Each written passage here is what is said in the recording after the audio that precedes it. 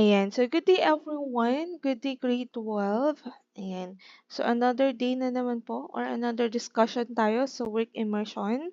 Ayan. So, hindi pa rin po tayo natatapos sa work immersion.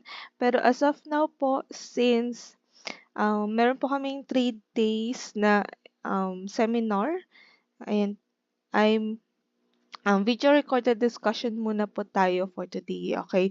So, maikli lang po itong lesson 3 ng ating discussion and make sure na tapusin niyo po yung video natin, okay? So, here po sa lesson 3, let's talk about the workplace rights and responsibilities. Ayan, akala ko hindi nag-start nag-record. Okay. So, workplace rights and responsibilities. Dito pag-uusapan po natin yung Labor Code of the Philippines. Okay. So, bakit po ba may Labor Code of the Philippines po? Okay. So, dito kasi it governs employment practices. Okay. Dito nalalaman natin yung mga labor related in the Philippines. So, dito rin sa Labor Code of the Philippines is ina-identifies kung ano yung mga rules and standards pagdating sa employment po. Okay, nandiyan papasok yung mga pre-employment policies, andyan yung labor condition, ano po ba yung minimum wage, wage rate natin. Okay, pagdating sa magkano po ba yung sweldo or minimum na sweldo na pwede natin matanggap dito sa Philippines? Okay? Ano po ba yung or ilan yung work hours natin per day? Ano po, kung sumusobra na ba yung pinag-applyan natin, if masyado ng overtime or yung work hours is masyado ng mahaba yung binibigay sa atin. Okay, next is yung benefits, employees benefits.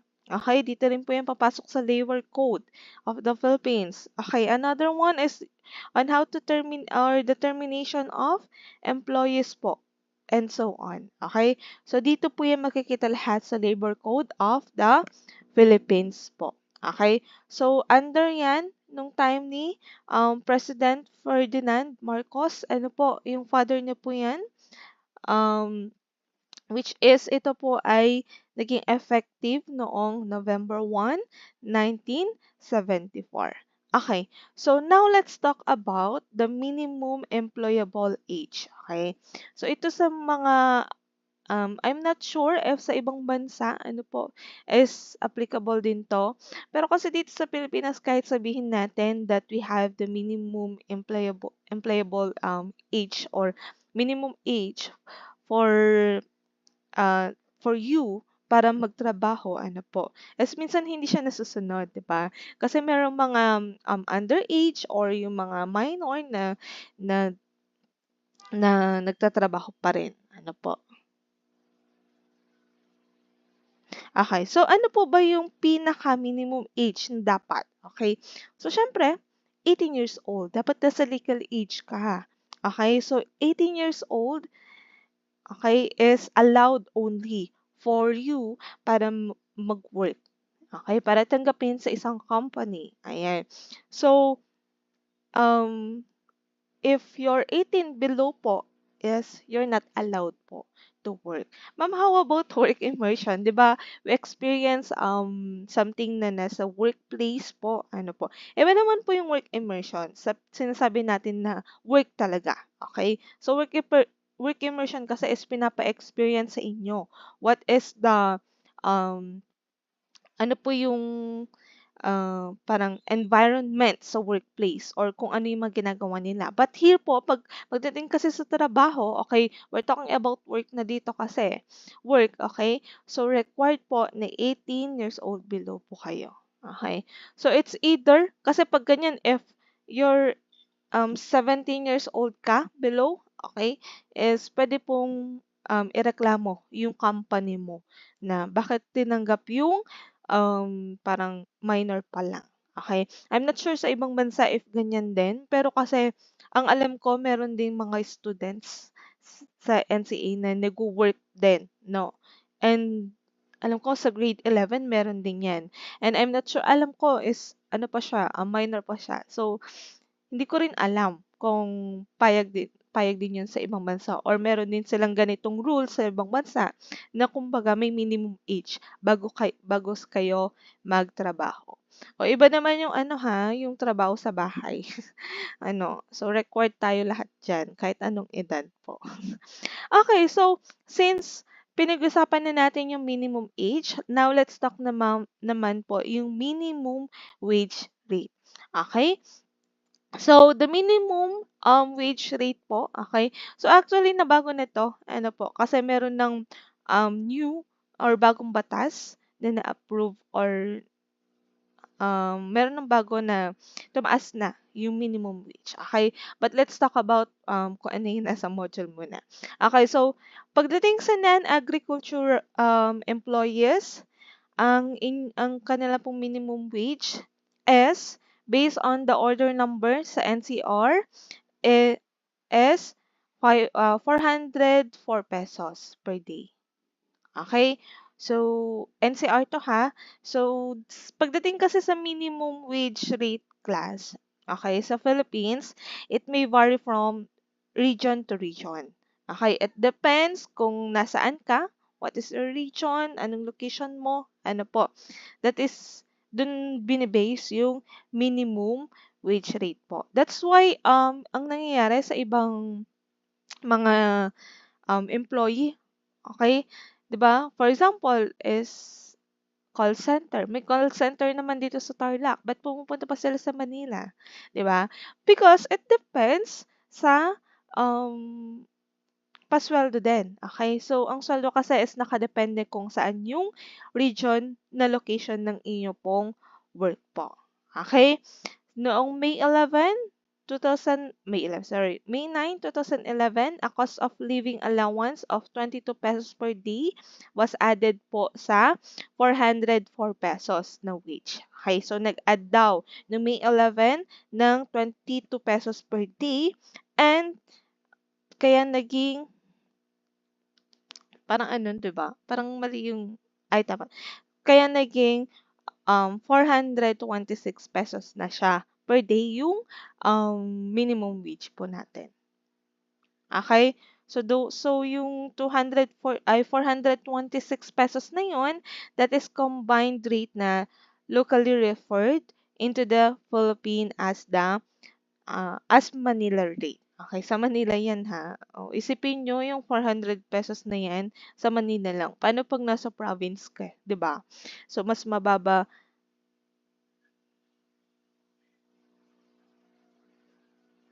So mas mababa pa yung ano, yung yung sweldo dito sa Tarlac. Pero kasi as of now po 2025, so ayan. So nag-research po ako kung magkano na yung minimum wage po dito sa Philippines.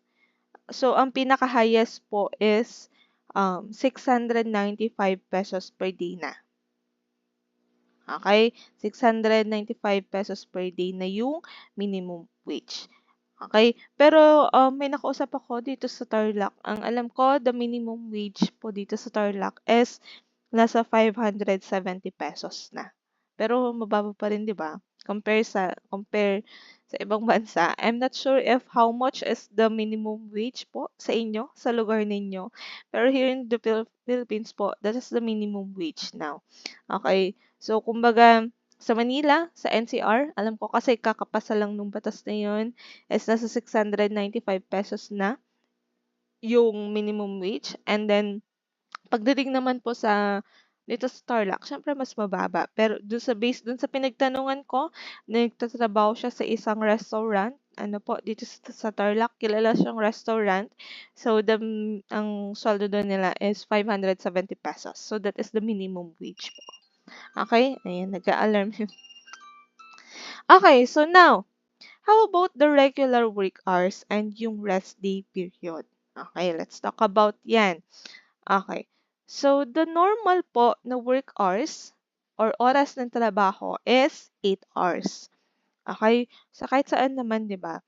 So, minimum yan is, minimum maximum hours is 8 hours. So, hindi kasama dyan yung overtime, ano po. So, yung iba kasi is payable yung overtime, sa iba is hindi payable yung overtime. Okay? Pero sa mga ibang company, okay, umabot yan ng 9 hours. Because yung 9 hours kasi na yun class or sa 9 hours na yan is kasama na yung 1 hour na break time nila or lunch break. Okay? So, every employee deserve a 1 hour break. Ano po? At least 60 minutes po na time off for their regular meal. Okay? So, hindi pwedeng wala kayong break time. May mga ibang company na no ng time break, but kailangan po na magkaroon pa rin sila ng break doon. At least shifting, for their meal. Okay? So, again, the normal hours for work is 8 hours per day po. Or sabihin na natin 9 hours if kasama na dun yung 1 hour lunch break. Okay. So, pagdating sa rest day, okay, syempre lahat tayo kailangan natin ng rest day. 'Di ba? Okay, pagdating sa rest day po, all employees have a right to have a 24 consecutive hours. Okay, consecutive hours. Hours ang usapan natin dito, hindi days. Baka naman, sige, nag-rest ka ng 24 days. Ano po? Hindi po pwede. So, 24 hours, ibig sabihin, one day. One day rest. After po ng 6 days na trabaho. For example, sa isang week, okay, meron kang one day na rest day. At least one day na rest day. Okay? So, pag hindi kayo pinag-rest, rest day ng amo nyo, sabihin nyo yan. Kaso pag wala kayo sa Philippines, hindi ko na alam ano sasagot doon. So, this is the, nakadepende, this is based kasi sa Labor Code of the Philippines. Okay, so how about naman po yung mga night shift po? Okay, yung mga overtime natin, 'di ba? Kasi minsan kasi sa isang company, especially sa call center, is iba po yung bayan ng night shift. Okay? Dun sa mga nagtatrabaho or yung oras ng trabaho nila is morning.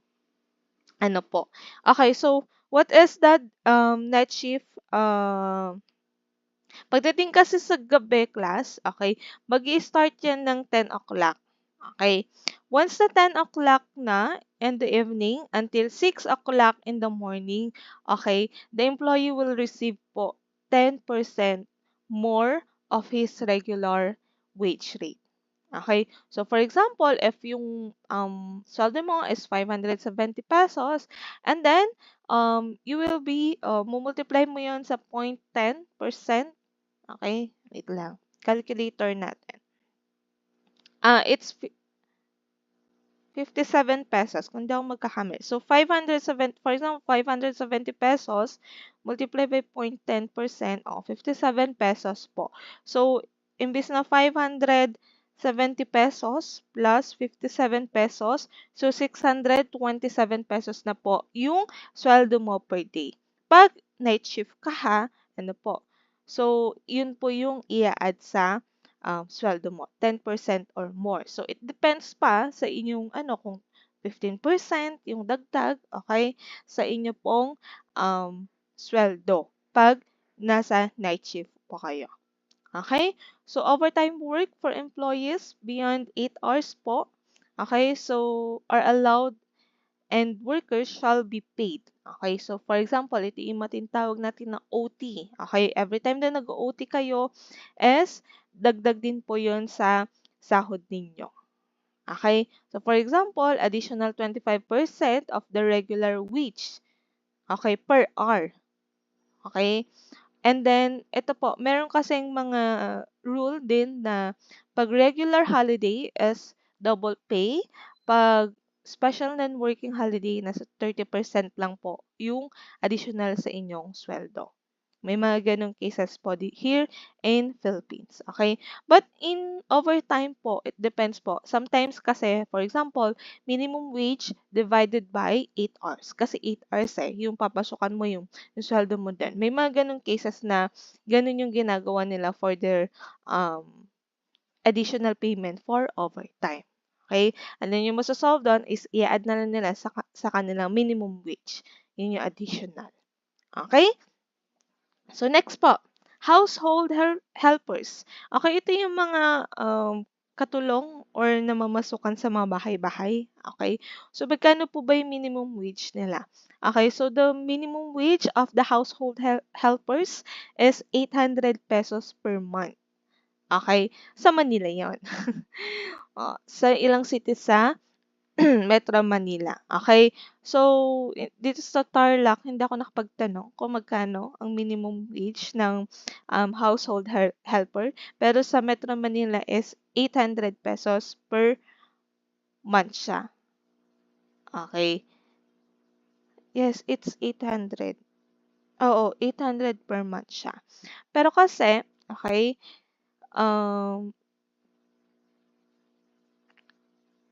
yung iba is hindi sinusunod 800 per month. Ano po? So, siguro it depends kung um, stay-in siya or hindi siya stay-in. Okay po. So, at the same time, kahit na ganun na um, a minimum wage nga dito is 2,500 per month. Okay. So, even though nakadepende pa rin to sa amo. Ano po. May mga ilan kasi na nagpa-per day ang bayaran or monthly talaga usapan, especially yung mga stay-in. Ayan po. Monthly po yung mga yan. Okay? So, pagdating dito, okay, sa mga household helpers, especially pag stay-in po sila, actually kahit hindi stay-in eh. So, the employers are required po na mag-provide ng food kasi nga mababa po yung sweldo nila. Okay? Need nila mag-provide ng food po. Ano pa, yung mga kinakailangan nila pagdating sa paglilinis din and at the same time, mga need nila para sa bahay, ganyan. Or for example, yung mga ano pa ba yung mga kailangan nila? If kaya naman mag-provide or magbigay um, ng employer ng mga service or additional na ano for allowance, transpo allowance sa mga hindi nag-i-stay sa bahay, pwede naman po. Okay? So, it depends pa rin po sa amo kung magkano po yung magiging sweldo po nila. Akalain mo yun, 800 per month. Parang hindi ko kakayanin. Hindi ko kakayanin. Ang hirap po nun. Okay? So, next is the post-employment na to. So, this is the termination by employer po. Okay, so pagdating sa termination by employer po, ayan, so every employer po has the right to terminate po yung kanyang employee. Okay, so syempre it depends on the different reason. Like for example, serious misconduct, disobedience po ng iyong employer, ano, o kaya yung hindi niya sinunod yung utos or something nagkaroon ng crime or pagnanakaw sa'yo, ay, pwede niyo po silang i-terminate po yung mga employee po ninyo. Okay? So, or pwede ka ma-terminate as an employee din. Okay? So, pagdating naman sa retirement, ayan. So, yung retirement po is, it depends po sa employment contract. Okay? If magre-retire ka na ba ng ganito, okay? Or sometimes, meron kasing contract na 1-year contract lang, meron ding 5-year contract, ano po. It depends. Pero pagdating sa retirement kasi, ang mostly na age na for retirement is 60 years old. Pero yung iba is hindi nasusunod yung 60 years old na yun for their retirement po. Okay? So, yun lang. Yun lang yung end ng ating workplace right and rights and responsibilities. Ano po? So, ang next natin na i-discuss dyan is lesson 4 now, which is the confidentiality of in the workplace na po. So, that's all for today, grade 12. So, thank you so much for listening.